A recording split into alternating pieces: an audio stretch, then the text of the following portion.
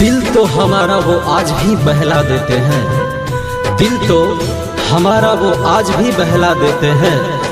फर्क है तो बस इतना कि पहले हंसा देते थे, अब रुला देते हैं। कही के करा से तीर दिल के पार हो जाला, अब तो जगले जगल रोज बिहार हो जाला। कही के करा से तीर दिल के पार हो जाला, अब तो जगले जगल रोज बिहान हो जाला। दर्द दिलवा के हमरा बढ़ा देबे, याद जब भी आवेलू तू रोवा देबेलू, याद जब भी आवेलू तू रोवा देबेलू।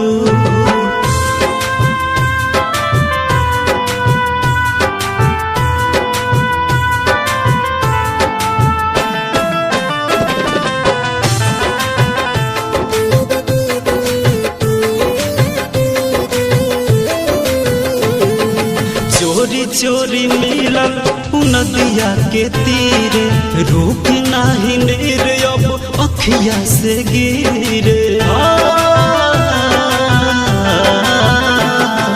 चोरी चोरी मिलन नदिया के तीरे, रुक नाही नीर अब अखिया से गिरे। हद से ज्यादा तू चाहे के सजा देबेलू, याद जब भी आवेलू तू रोवा देबेलू, याद जब भी आवेलू तू रोवा देबेलू।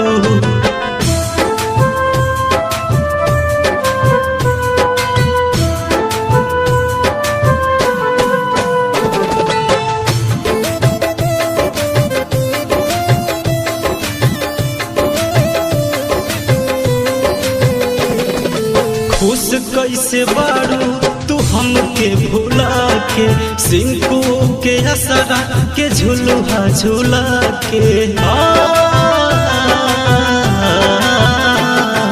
खुश कैसे बारू तू हमके भुला के, जेके के असरा के झुलुहा झुला के। साजो अजित के दुआ में बदुआ देबेलू, याद जब भी आवेलू तू रोवा देबेलू, याद जब भी आवेलू तू रोवा देबेलू। कही के करा से तीर दिल के पार हो जाला, अब तो जगले जगल रोज बिहान हो जाला। दर्द दिलवा के हमरा बढ़ा देबेलू, याद जब भी आवेलू तू रोवा दे।